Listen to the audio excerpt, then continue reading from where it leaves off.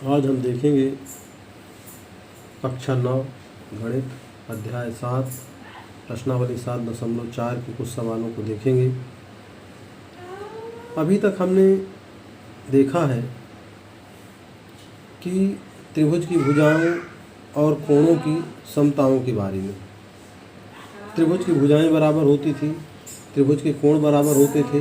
तो हमने अभी तक त्रिभुज के कोण और भुजाओं की समताओं के बारे में देखे थे। अब हम यहाँ पर देखेंगे त्रिभुज के कोण और भुजाओं की असमानताओं के बारे में। त्रिभुज के कोण और भुजाओं के असमानताओं के बारे में हम यहाँ पर देखेंगे। त्रिभुज की असमान भुजाओं या असमान कोणों में क्या संबंध है। अभी तक हमने जो देखा तो त्रिभुज की समान भुजाओं या समान कोणों में संबंधों को देखा। भुजाएं बराबर होती थी, कोण बराबर होते थे। यहाँ पर असमान भुजाएं और असमान कोणों में क्या संबंध होता है, इस संबंध में यहाँ पर हम चर्चा करेंगे। इसके लिए यहाँ पर हमें 3 प्रमेयों को विशेष रूप से देखना है। यदि किसी त्रिभुज की 2 भुजाएं असमान हों तो लंबी भुजा के सामने का कोण बड़ा होता है। यदि किसी त्रिभुज की 2 भुजाएं असमान हों, तो यदि 2 भुजाएं असमान है त्रिभुज की, तो बड़ी भुजा के सामने का कोण बड़ा होता है। जैसे यहाँ एक त्रिभुज ABC दिया हुआ है। ये त्रिभुज ABC में ये 2 भुजाएं असमान हो तो बड़ी भुजा के सामने का कोण, ये त्रिभुज PQR में देखेंगे इसको। त्रिभुज PQR में किसी त्रिभुज की 2 भुजाएं असमान हो तो बड़ी भुजा के सामने का कोण बड़ा होता है। तो इसमें जो बड़ी भुजा है PQ बड़ी PR, तो त्रिभुज PQR में PQ बड़ी PR, इसलिए बड़ी भुजा PQ है तो PQ के सामने का कोण R है, और छोटी भुजा PR है तो PR के सामने का कोण Q है, तो इसलिए R बड़ा कोण Q। दूसरी प्रमेय है, किसी त्रिभुज में बड़े कोण की सामने की भुजा बड़ी होती है। तो किसी त्रिभुज में बड़े कोण के सामने की भुजा बड़ी होती है। त्रिभुज ABC दिया हुआ है। इस त्रिभुज ABC में कोण C कोण B से बड़ा है। दिया है त्रिभुज ABC में कोण C बड़ा कोण B। तो बड़े कोण की सम्मुख भुजा बड़ी होती है, इसलिए बड़े कोण की सम्मुख भुजा कोण C बड़ा है, तो कोण C की सम्मुख भुजा AB, और कोण B छोटा है तो कोण B की सम्मुख भुजा AC, तो इसलिए AB बड़ा AC। तथा इसकी प्रमेय 7.7 है, किसी त्रिभुज में बड़े कोण की सम्मुख भुजा बड़ी होती है। यदि ये हमने अभी देखा। फिर 7.8 है, किसी त्रिभुज की 2 भुजाओं का योग तीसरी भुजा से बड़ा होता है। कोई त्रिभुज है, इस त्रिभुज में इसकी 2 भुजाओं का जोड़ तीसरी भुजा से बड़ा होगा, यानी कि 2 भुजाएं LM धन MN बड़ा होगा LN से। इसी प्रकार से MN धन LN बड़ा LM से, LN धन MN बड़ा LN। तो इसमें कोई भी 2 भुजाएं लेंगे, उन 2 भुजाओं का जो योग है वो तीसरी भुजा से बड़ा होगा। इसके बाद हमें देखना है प्रश्नावली 7.4। प्रश्नावली 7.4 का पहला सवाल देखेंगे। यहाँ पर हमें सिद्ध करना है कि समकोण त्रिभुज में कर्ण सबसे बड़ी भुजा होती है। इसके पहले सवाल में हमें सिद्ध करना है कि समकोण त्रिभुज में कर्ण सबसे बड़ी भुजा होती है। इसका मतलब ये हुआ कि यहाँ दिया है, क्या दिया है? दिया है त्रिभुज ABC में कोण B बराबर 90 अंश। दिया है त्रिभुज ABC में कोण B बराबर 90 अंश। तो हमें सिद्ध करना है कि कोण B के सामने की भुजा जो कर्ण है AC, किसी समकोण त्रिभुज में समकोण के सामने की भुजा कर्ण होती है। तो यहाँ समकोण B है, तो कोण B के सामने की जो भुजा है वो AC कर्ण है। तो हमें सिद्ध करना है कि त्रिभुज ABC में कर्ण AC सबसे बड़ी भुजा होगी। समकोण त्रिभुज ABC में हमें कोण B बराबर 90 अंश दिया हुआ है। और त्रिभुज के तीनों कोणों का योग 180 अंश, इसलिए कोण ए धन कोण बी धन कोण सी बराबर 180। तो कोण ए धन कोण बी बराबर 90 अंश है और धन कोण सी बराबर 180। तो इसलिए कोण ए धन कोण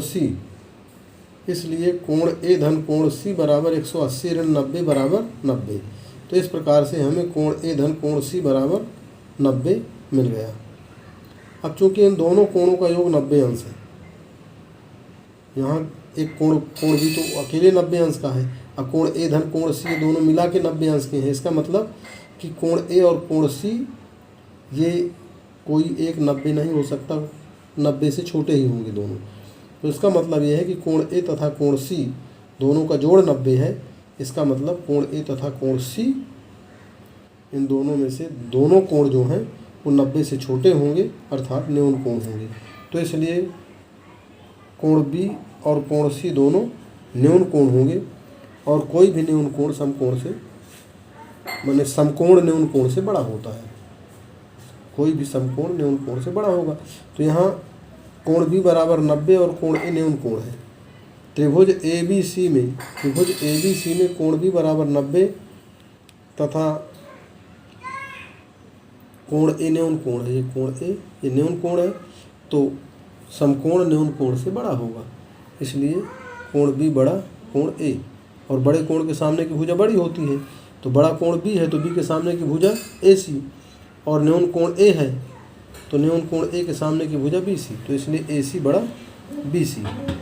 इसी प्रकार से हम पुनः इसको लेंगे कि यहाँ पर कोण बी न्यून कोण है तथा कोण बी समकोण। यहाँ पर कोण बी समकोण है, 90 अंश का है, और कोण सी न्यून कोण है। तो कोण बी बराबर 90 अंश तथा कोण सी न्यून कोण है, इसलिए कोण बी कोण सी से बड़ा होगा। और कोण बी कोण सी से बड़ा होगा तो बड़े कोण के सामने की भुजा बड़ी होती है। तो इसलिए कोण बी के सामने की भुजा ए सी और कोण सी के सामने की भुजा ए बी। तो इसलिए ए सी बड़ा ए बी। तो इस प्रकार से हमने एक में हमने देखा कि ए सी बड़ा बी सी, और 2 में हमने देखा कि ए सी बड़ा ए बी।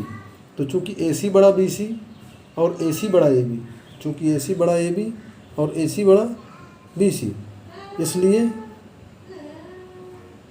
हम कह सकते हैं कि ए सी सबसे बड़ा है। माने ए सी बी सी से भी बड़ा है और ए सी ए बी से भी बड़ा है। तो इसका मतलब ये हुआ कि ए सी इन सबसे बड़ा है, अर्थात समकोण त्रिभुज में कर्ण सबसे बड़ी भुजा होगी। फिर अध्याय 7 है, 7.4 का दूसरा सवाल देखेंगे। दूसरा सवाल ये कहता है कि कोई त्रिभुज ए बी सी दिया हुआ है।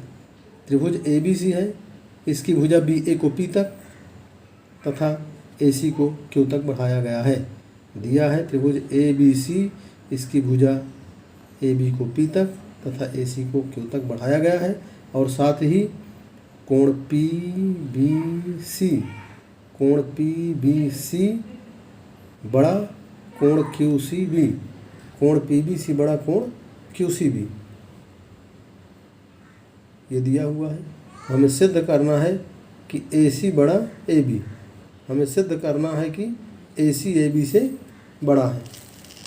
उत्पत्ति में देखेंगे, चित्रानुसार हम यहाँ पर देखते हैं। चित्रानुसार ए पी एक सीधी रेखा है। चित्रानुसार ए पी एक सीधी रेखा है, इसलिए कोण ए बी सी और कोण पी बी सी, कोण ए बी सी और पी बी सी ये रेखीय युग्म बनाएंगे। इसलिए कोण ए बी सी धन कोण पी बी सी बराबर 180 अंश, कोण ए बी सी धन कोण पी बी सी बराबर 180 अंश, इसलिए कोण पी बी सी बराबर 180 ऋण कोण ए बी सी। इसी प्रकार से ए क्यू एक सीधी रेखा है। यहाँ पर ए क्यू एक सीधी रेखा है तथा ए क्यू के बिंदु सी पर, ए क्यू एक सीधी रेखा है तथा ए क्यू के बिंदु सी पर कोण ए सी बी तथा कोण क्यू सी बी, कोण ए सी बी तथा कोण क्यू सी बी, कोण ए सी बी तथा कोण क्यू सी बी ये रेखीय युग्म बनाते हैं। इसलिए इन दोनों का जोड़ कोण ए सी बी धन कोण क्यू सी बी बराबर 180 अंश। तो इसलिए कोण क्यू सी बी बराबर 180 ऋण कोण ABC। कोण QCB बराबर 180 ऋण कोण ACB मिल गया। अब हम यहाँ पर 1 और 2 में देखते हैं कि कोण PBC और कोण QCB के मान मिल गए। यहाँ हमें दिया हुआ है, यहाँ दिया हुआ है कि कोण PBC छोटा कोण QCB। तो कोण दिया है कोण PBC छोटा कोण QCB, कोण PBC छोटा कोण QCB। तो 1 तथा 2 से मान लिखेंगे तो 180 ऋण कोण ABC छोटा 180 ऋण कोण ACB। तो इसलिए 180 को बराबर की इधर लाए, ये चिन्ह के इधर लाए तो ये ऋण 180 होगा, 180 से 180 कट गया तो ऋण ABC छोटा ऋण ACB। यहाँ दोनों पक्षों में ऋण चिन्ह है। आमतौर पर हम बराबर में इसे काट देते हैं, पर यहाँ ये सीधा सीधा नहीं कटेगा, दोनों तरफ से ऋण चिन्ह हटाएंगे और दोनों तरफ से जब ऋण चिन्ह हटाएंगे तो इसके लिए हमें जैसे ही ऋण चिन्ह दोनों तरफ से हटेगा तो चिन्ह पलट जाएगा। कोण ABC छोटा कोण ACB है तो यहाँ कोण ABC बड़ा कोण ACB हो जाएगा। कोण ABC बड़ा कोण ACB, ये चिन्ह पलट गया, जैसे ही ऋण चिन्ह हटाए चिन्ह पलट गया। तो कोण ABC बड़ा कोण ACB।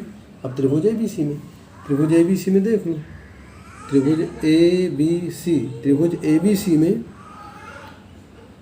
कोण ABC बड़ा कोण ACB, कोण ABC बड़ा कोण ACB। तो बड़े कोण के सामने की भुजा बड़ी होती है। तो यहाँ कोण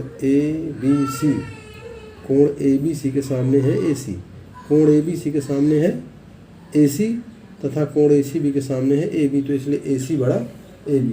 इस प्रकार से ये इसका दूसरा सवाल सिद्ध होता है।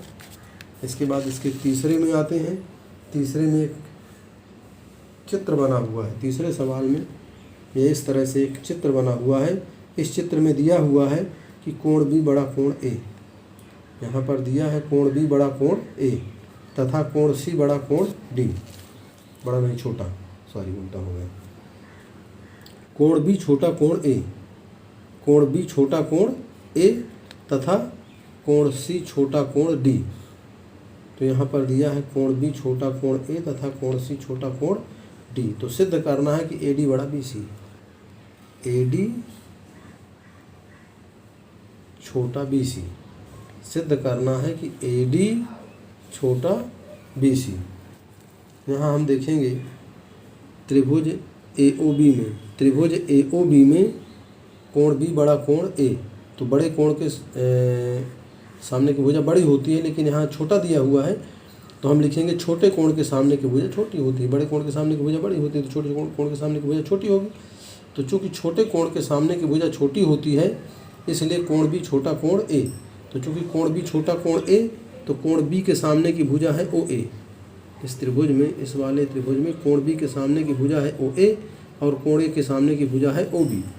तो इसलिए यहाँ पर हमको मिल गया कि OA छोटा OB। अब त्रिभुज COD में देखेंगे।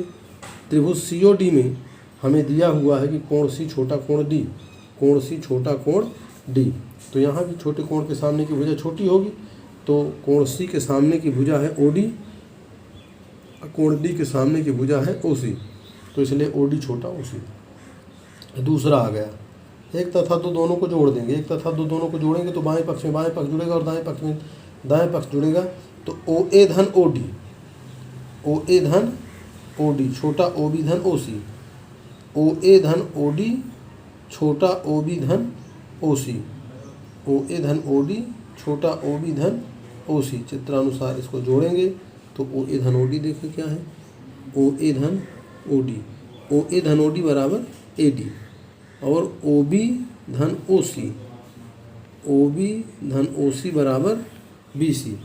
तो इसलिए OA धन OD बराबर AD और OB धन OC बराबर BC। 3 में मान लिख देंगे तो ये जो OA धन OD है उसकी जगह AD आ गया और OB धन OC है उसकी जगह BC आ गया, यानी कि AD छोटा BC, AD छोटा BC ये सिद्ध हो गया। इस प्रकार हमने 7.4 इस प्रकार हमने 7.4 प्रश्नावली के पहला, दूसरा और तीसरा सवालों को देखा। आगे के सवालों